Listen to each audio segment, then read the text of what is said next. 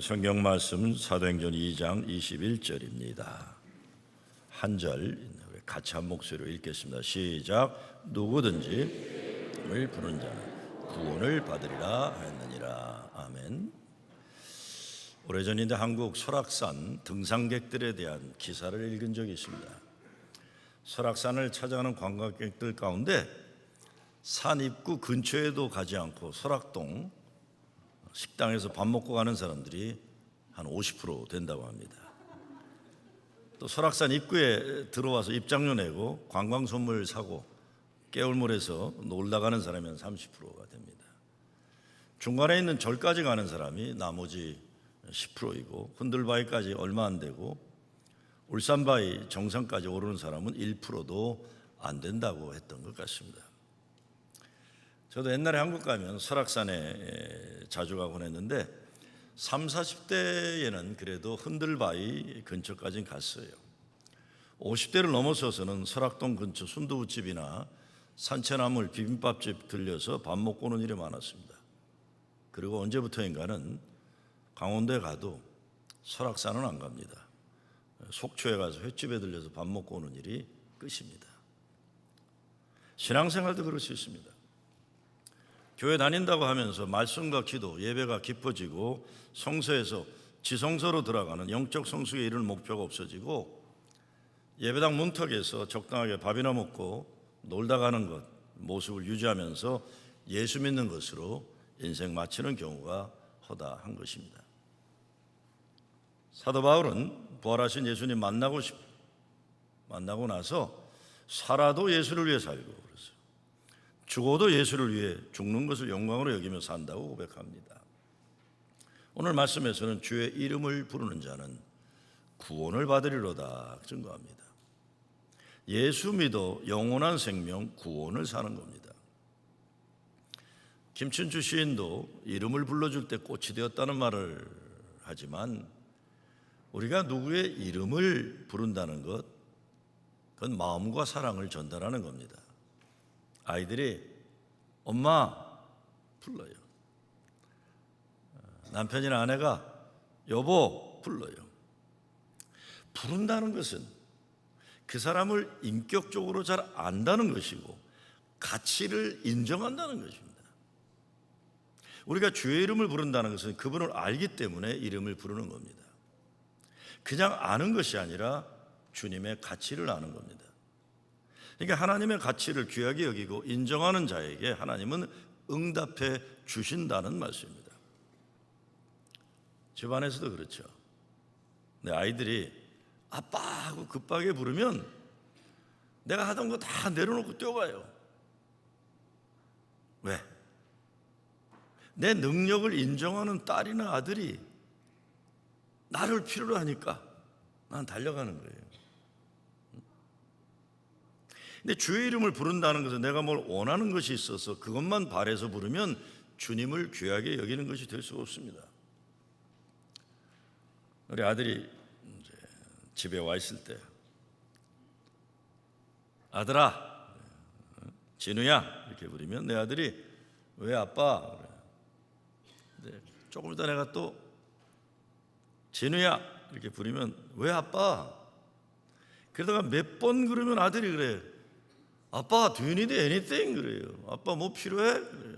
왜 그래? 그러면 그럼 제가 아니야, I'm so happy that you're home. 그래요. 너 집에 있으니까 아빠 좋아서 그래. I love you. 그래요. 그러면 우리 아들이 오케이 아빠, I love you too. 그래요. 이게 뭡니까? 뭘 바래서가 아니라 그냥 좋은 거예요. 그냥 주님이 기뻐하시는 기도라면 주님 그냥 좋아요. 주님 이름 부르고 싶었어요. 뭘 바라는 기도를 뛰어넘어 주님을 바라는 주님을 구하는 기도를 드리는 거예요. 우리가 간절하게 기도할 때 내가 원하는 그 무엇을 얻기 위해서 구하는 것만이 아니라 주님 그분을 구할 줄 알아야 돼요. 그래서 우리가 인생의 해결책을 찾으려 하지 말고 하나님을 찾아라 하는 말이 그 말입니다. 처음 예수 믿을 때는 뭐 이런 문제 저런 문제 해결하기 위해서 해결사로 예수를 믿을 수 있어요. 그런데 성숙한 믿음에 이르게 되면 주님과 더 깊은 교제에 이르니 그분을 알기 원하는 것이, 사도 바울이 말한 세상 모든 거 다 분토같이 여기고 주님을 알고 그 주님께 알게 됨을 인생 최고의 행복으로 삼는 것입니다. 누구든지 주의 이름을 부르는 자는 구원을 받으리라. 오늘 말씀을 베드로가 외쳤는데 로마서에 보면 바울이 똑같은 말을 외쳐요. 바울과 베드로의 삶을 바꿔놓은 예수의 이름의 능력의 증거가 있어요. 마태복음에 보면 예수의 이름으로 모인 곳에 주님은 함께 하신다고 하셨어요. 예수의 이름으로 기도할 때 주님이 그렇게 이루어 주신다고 되어 있습니다. 예수는 우리를 죄에서 구원하는 분이십니다. 그리고 그 이름에는 권세가 있습니다. 기적과 능력의 이름이라고 성경은 얘기해요. 그래서 우리는 그 이름의 능력을 알아야 할 뿐만 아니라 믿어야 하는 겁니다. 베드로와 요한은 민문 앞에 구호라는 안진뱅이 고지를 일으킬 때 은과 금은 내게 없거니와 내게 있는 것으로 내게 주노니 나사렛 예수 이름으로 명하노니 일어나 걸으라 그러신 거예요. 하나님이 그 이름을 우리에게 주셨습니다. 그러니까 우리가 그 예수의 이름을 가지고 그리고 그 이름을 사용해야 되는 거예요. 나를 통해 그 능력이 드러나게 해야 되는 겁니다. 바울도 베드로도 모두 예수의 이름에 능력에 힘입어 복음을 전파했습니다. 우리가 예수 믿으면서 예수 이름의 능력을 믿고 사용해야 돼요. 정말로. 베드로가 예수님에 대해서 주는 그리스도시요 살아계신 하나님의 아들이시니이다 고백했을 때 예수님이 베드로를 교회의 반석으로 세우시면서 어떤 음부의 권세도 내가 이긴다 능력을 주신 거예요. 능력을 주신 건 사용하라고 하신 거죠.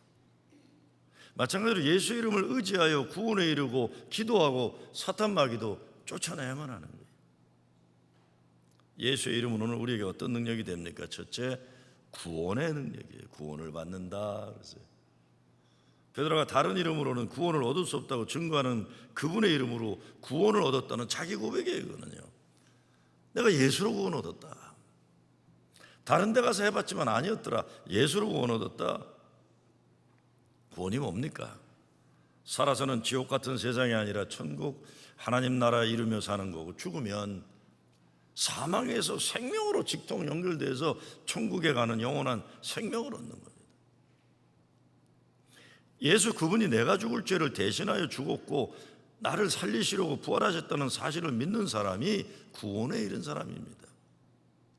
다른 이름에 정신 빠지지 말고 예수 안에서 그 구원을 살라는 것입니다.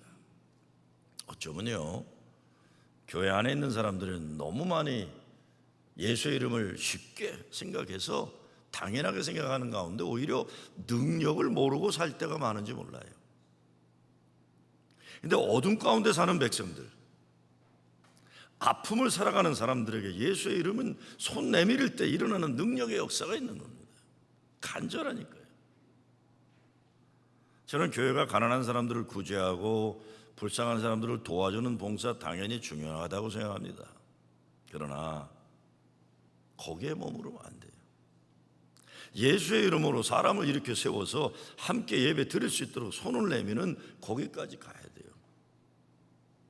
아무리 빵을 주고 돈을 준다고 하지만 예수의 이름이 증거되지 않으면 평생 사람들 그렇게 살아야 됩니다. 부자나 가난한 사람 모두 예수가 필요한 거예요. 저도 옛날에는 교회가 너무 교회 이름 내걸고 사회봉사하고 구제하고 그러는 것 이렇게 잘난 체 하는 거다, 자기 만족에 빠지는 위험이 있다, 그렇게 생각한 적이 있어요. 예수님이 오른손이 한 거 왼손이 모르게 하라고 했으니까 그래야 한다 말하기도 해서. 그런데 그 생각은 하나만 알고 둘은 모르는 거예요.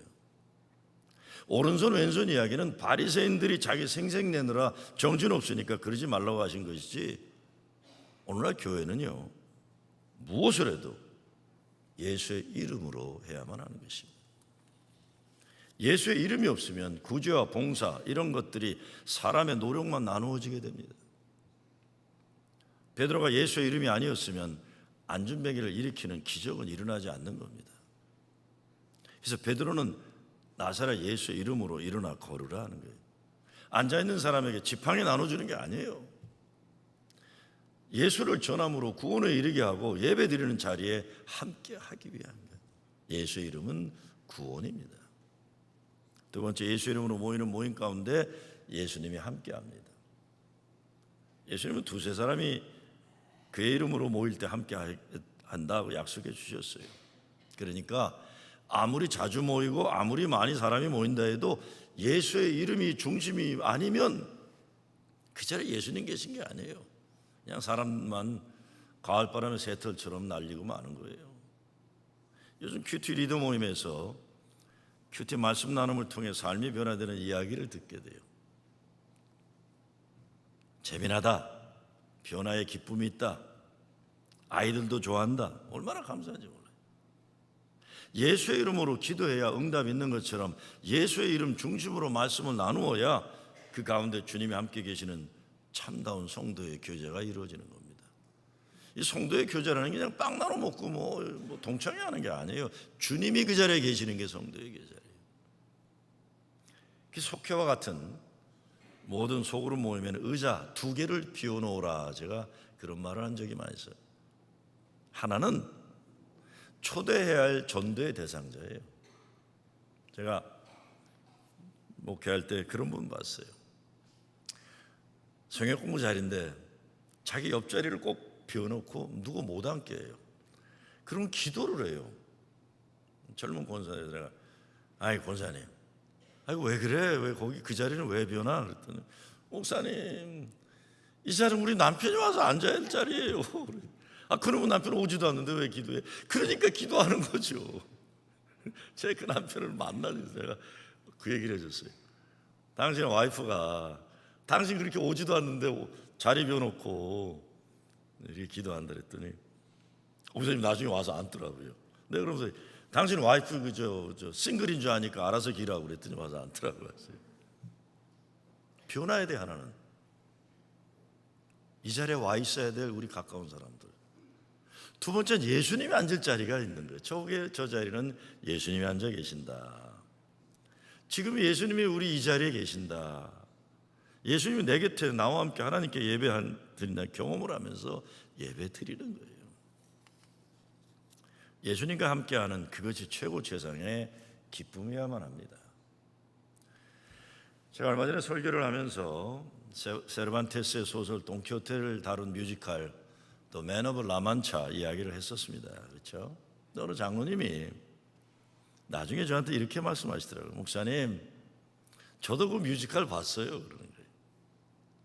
근데 저는 그 뮤지컬에서 가장 감동받은 것은 돈키호테의 그 똘마니 조수 판초라는 게 판초.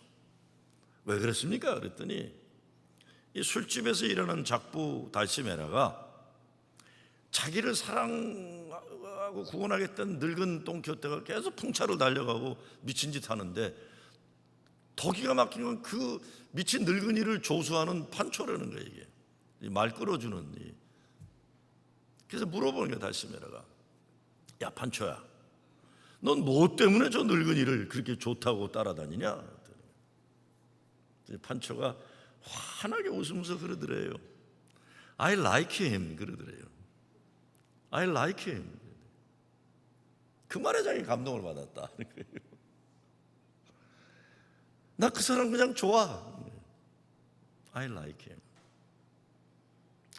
저는 예수님과 우리의 관계도 그래야 한다는 생각을 해봐요. 예수 따르고 예자가 된다는 거 다른 건 아닙니다. 그분을 좋아하기 때문에 그냥 그분이 계시는 게 좋은 거예요. 말씀에 거하고 그 말씀 따르고 그분을 사랑하는 거예요. 교회 모든 모임은 그래서 예수와 함께하는 모임이 되어야 합니다. 저는 목회를 하면서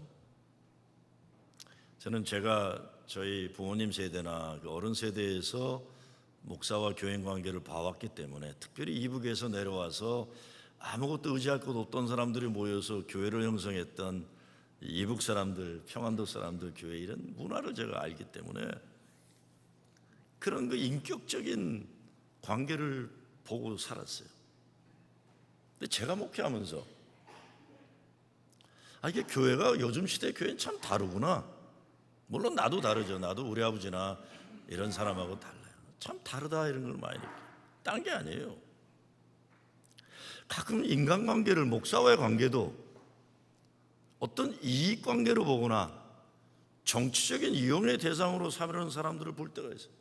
참 서글프다, 이런 생각이에요. 참 서글프다.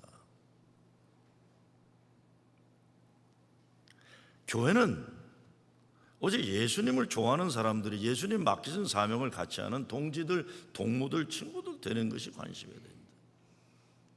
그러니까 이제 가끔 40대 중년 남자들, 50대 중년들이 전화할 때가 있어요.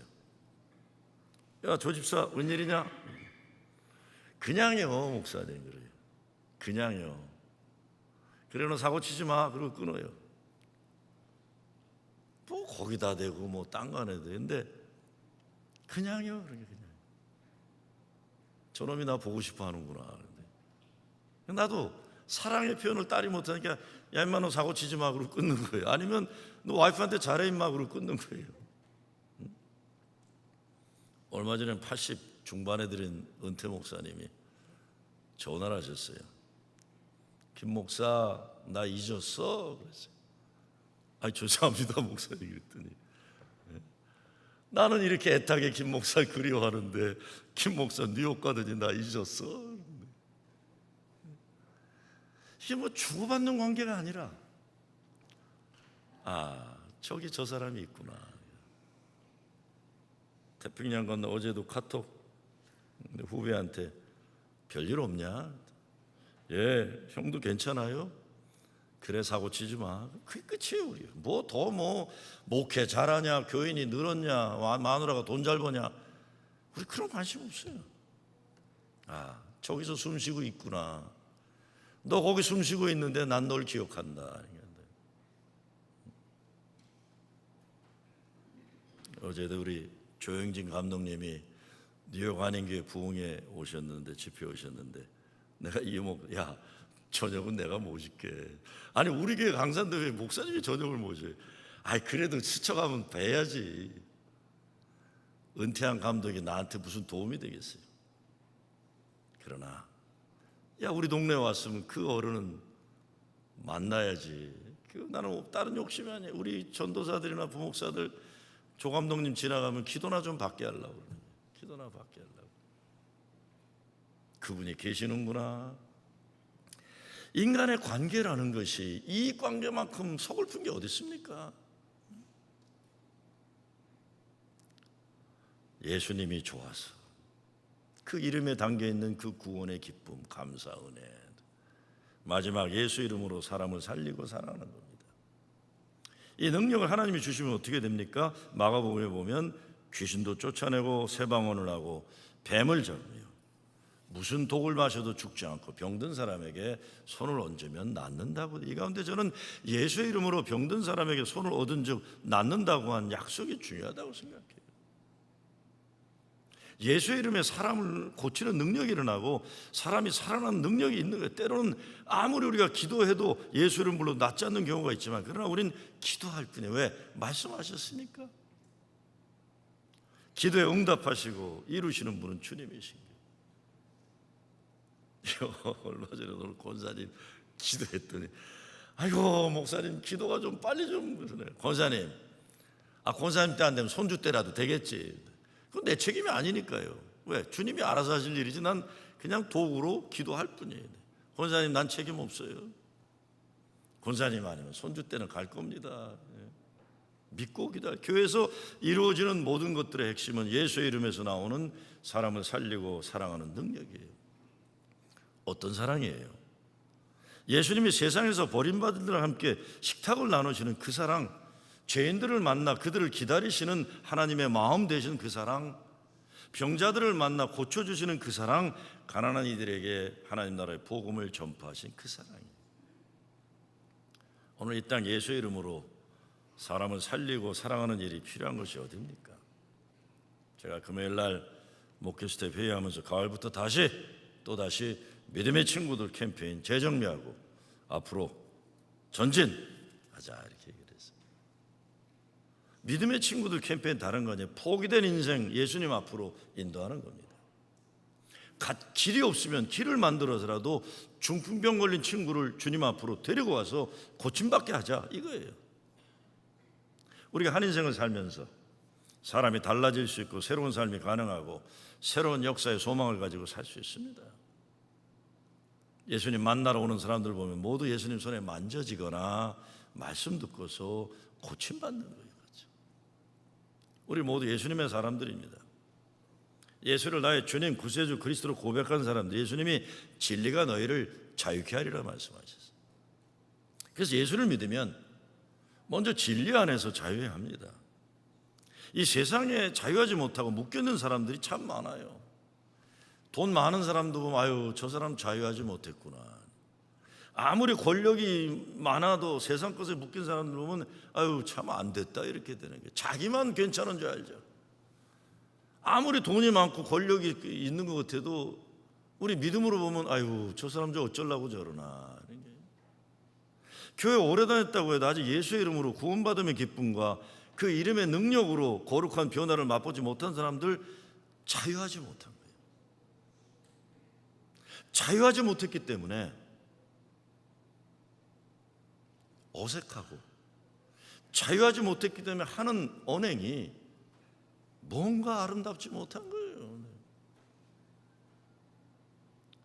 하나님이 나를 천하보다 귀한 존재로 사랑하신다는 이 사랑의 확신이 있으면 뭐 사람 앞에 비겁할 것도 없고 인정받으려고 그렇게 몸부림칠 거 없어요. 주님이 나를 인정해 주시는데. 근데 진짜 자유는 십자가 사랑 때문에 주어지는 죄사함의 역사가 있는 거예요. 죄의 사슬에서 자유하는 것, 죄에게 종노릇하던 사람의 자유 해방된 자니까, 이런 사람은 세상에 어쩌지 못한다는 거예요. 죄사함이 있어야 진정한 자유가 있습니다. 다른 것으로 자유 얻지 못합니다.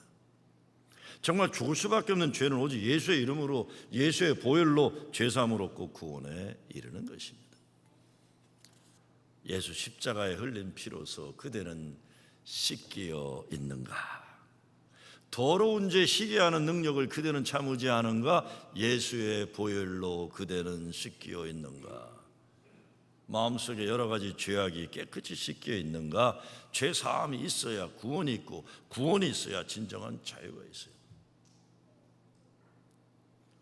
제가 이 찬양하고 이런 사람들한테 계속 잔소리해요. 수요예배 때도 아이고, 고상한 노래 부르지 마라. 그냥 속죄, 죄의 속죄함에 그냥 속죄양 이런 거 좀 부르라고 그래요. 그냥 고상한 거 부르고 나면 머리가 아파요. 저는요. 그냥 예수로 자유 얻고 속죄함을 얻고 구원받은 기쁨의 노래를 불러야 되는데 뭔 놈은 교회 노래를 그렇게 고상하게 부르라고 애를 써요. 우리가 무슨 카네기홀에서 부르는 것도 아니고 보혈의 피로 난 이게 신나고 좋아요. 수요일 날 같은 날 그게 기쁨이 나오는 게 넘쳐나는 거죠. 예수가 나의 주님이시기에 우리는 그리스도 안에 누리는 자유가 있는 거예요. 하나님 나의 아버지시고 나는 천하보다 보배롭고 존귀한 그의 아들이고 딸이고 예수님이 나의 구세주이기 때문에 내 인생은 사망의 권세에서 노임받고 음부의 권세를 이기는 이미 승리한 믿음으로 사는 겁니다. 옛날 불교 조계종 종종을 지내신 청담 스님이 설법을 하다가 스님들에게 이런 질문을 던진 적이 있다고 합니다. 예수가 왜 십자가에 못 박혀 죽었는지 아느냐? 그러셨던 거예요. 그랬더니 스님들이 답을 못하니까 청담 스님이 이렇게 답을 했다고 합니다. 전생에 죄가 많아서 그랬느니라. 그것 때문에 시끄러웠어요. 그것 때문에 기독교가 발끈했어요. 아니, 불교계만이 아니라 한국 사회에서 깨달음을 얻은 분이, 높이 평가된 어른이 그렇게 얘기했다. 저게 청담의 한계다. 그렇게 볼 수도 있을 겁니다. 그런데 저는 청담 스님이 기독교를 폄하하려고 그랬으리라 생각하지 않아요. 고수들은 남에 대해서 이렇게 함부로 얘기 안 하는 거니까요. 그런데 제가 그분의 뜻을 한번 내 해석으로 해보면 불교에서 말하는 전생의 죄가 인류의 조상 아담과 이브가 저지른 원죄와 같은 맥락을 생각해 보면 저와 여러분이 인류의 조상 아담과 이브의 원죄 때문에 영원한 죽음의 길을 가야 하는데 죽을 수밖에 없는 모든 인간들의 죄를 끊고 새로운 영생을 주시기 위해 십자가 달리셨다는 말로 저는 받고 싶어요. 그러니까 청담 스님의 전생의 죄를 용서하기 위해서 십자가 제 죄를 용서하기 위해서도 십자가 달리신 거예요. 왜 청담이나 김정호나 죽을 수밖에 없는 죄인인데 예수가 우리의 죄 때문에 십자가 달려 죽으신 거예요. 영생을 얻은 거죠. 제가 청담께서 살아계시면 한번 가서 스님, 큰 스님 그런 뜻이죠? 네, 이렇게 물어봤을 텐데 내가 가기도 전에 떠나셨으니 어쩔 길이 없어요. 예수가 그리스도이시기에 우리들의 십자가는 이제는 저주가 아니에요. 전생의 죄 때문이 아니에요. 십자가는 부끄러운 현실도 아니고, 물론 십자가는 아프고 어려운 현실이지만 십자가는 예수의 구원이에요. 하나님 사랑의 완성이에요. 예수님 오시기 전에는 분명히 십자가는 저주였습니다. 저와 여러분이 감당해야 하는 오늘 현실의 십자가도 예수님 없으면 그 저주예요. 전생의 죄일 수 있어요. 아이고 내가 뭔 놈의 죄를 져서. 그러나 예수님이 오셨고 나의 그리스도가 되셨기 때문에 내 십자가도 사랑의 완성이고 은혜에 충만한 거예요. 예수님 십자가 죽음은 당시 천하 가장 고통스럽고 처참한 죽음이었어요. 우리가 죽을 죽음을 예수님이 대신하는 겁니다. 그 십자가. 제가 수필을 좋아하는데 가끔 좋은 책을 저한테 선물하는 분들이 계세요. 이기주가 쓴 언어의 온도라는 책. 이기주라는 사람이 언어의 온도에 보면 어린 손주가 아파요. 근데 아프다고 말도 안 했는데 할머니가 자기 머리를 이렇게 너 아프구나. 할머니가 집에 가서 약 줄게. 너 아프구나. 이게 손주가 전철에서 일어난 일이에요. 손주가 가만히 있다가 할머니한테 이렇게 질문을 던지더래요.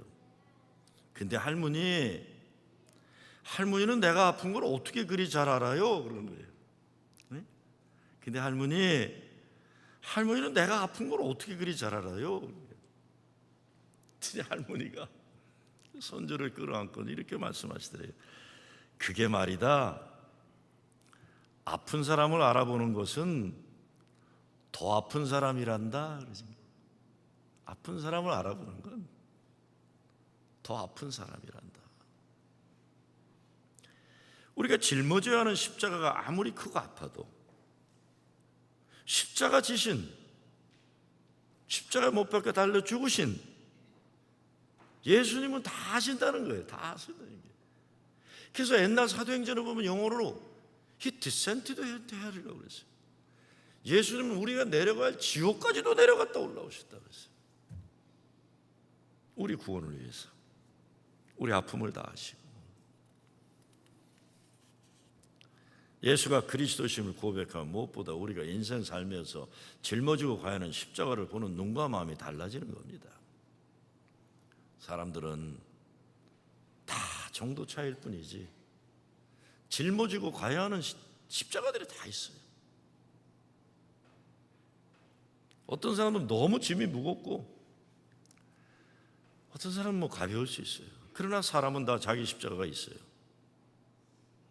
근데 내가 짊어져야 되는 그 십자가를 원수처럼 여기고 부끄러워하고 불평하게 되면 세상 사람들도 나를 그렇게 판단하고 내 십자가를 나의 저주로 평가하는 거예요. 근데 내 십자가를 은혜로 짊어지게 되면 그 십자가 안에 포장되어 있는 하나님의 은혜의 선물이 담겨져 있는 거예요. 아이고 하나님이 이걸 이렇게 은혜로 깨닫게 하시는구나. 주님 감사합니다. 내가 전생에 죄인 줄 알고 아파했던 건데 이게 그것이 아니고 은혜였군요. 주님 감사합니다. 나를 사랑하셔서 주시는 선물이셨군요. 예수님 때문에 십자가가 더 이상 실패한 인생, 절망의 인생이 아니라 하나님의 은혜와 축복임을 깨닫게 되는 거예요. 예수님 우리 구세주 그리스도가 되시기 전에는 삶 속의 십자가는 저주였을 거예요. 예수님이 나의 그리스도가 되셨기 때문에 십자가는 하나님의 은혜의 선물이 되는 겁니다. 제 가까운 친구 목사가 미국 교회 목회를 오래 했는데 오래전에 자기 교회 여성교회 이야기를 소식지에 들어온 걸 보내줬어요. 그 교회에 이제 연세 많은 할머니들이 많은데 조각 이불, 퀼트 쓰다 버리는 것들 잘라가지고 성한 것만 모아서 서로 연결하는 조각 이불 선교팀이 있대요. 연세가 많아 손을 떨면서도 이 할머니들이 모여서 조각 이불을 퀼트, 그걸 이렇게 만들어서 1년에 한 30개씩 포스터홈에다 보낸다는 거예요. 포스터홈은 부모가 시퍼렇게 살아있는데도 못난 부모들이라서 자기 자식 못 키우면 남들이 키워주는 거예요. 근데 이 아이들이 어떤 때는 2주, 어떤 때는 2달 남의 집에 있다가 옮겨 다녀야 될 때가 있는데 그 포스터 케어 디렉터가 이런 말을 하더랍니다. 자기가 이렇게 눈여겨보니까 한 달 있다 2달 있다 남의 집으로 또 옮겨가야 되는 아이들인데 신기한 게 있더라. 그 교회 할머니들이 만들어준 조각 이불을 제일 먼저 챙기더라 그랬어요. 제일 먼저 챙기더라. 자기를 낳아준 부모들에게 사랑받지 못하고 이 집 저 집 옮겨 다니는 아이들에게 얼굴도 모르고 이름도 모르는 할머니들이지만 사랑과 정성으로 바느질해서 보낸 조각 이불에 담겨져 있는 예수의 사랑을 애들이 깨닫는. 저는 우리 교회 여성교회 너무 오이지는 그렇게 매년 파나. 아주 고상한 거 하면 안 되는데 오이지 파는데. 제가 말씀드렸나요? 태국에서 어제 선교사가 연락이 와서 목사님 급히 연락드립니다. 목사님 교회에서 보내주신다고 약속한 돈으로 채플을 레노베이트 하기로 했는데 막상 학기가 시작하려고 그러는데 기숙사가 영 들어가는 편이 안 된다는 거예요. 그 기숙사는 산골 마을과 소수민족 여자들이니까 진짜 태국 사회도 인종차별이 심해가지고 그걸 감리교에서 이렇게 선교센터로 지켜주는 건데 도저히 이런 기숙사의 여학생들을 자기할 수가 없는데 목사님 그 5,000불을 먼저 기숙사를 고치는 데 쓰면 안 되겠어요. 너무 죄송합니다. 그래서 제가 바꾸는 속으로 이 양반도 참 유들이 없다. 기숙사를 고치건 채플을 고치 내가 어떻게 알아요? 미국에 있는데 그렇죠? 그죠? 고쳤단 고쳤는 줄 알지 내가 어떻게 해. 선교사가 거짓말해도 내가 어떻게 알아요? 나 바빠 죽겠는데 갈 일도 없고. 그래서 제가 한편으로 너무 고마워. 아유 이렇게 착해가지고 어떻게 선교사를 내나. 그래서 내가 선교사님 급한 데 쓰십시오.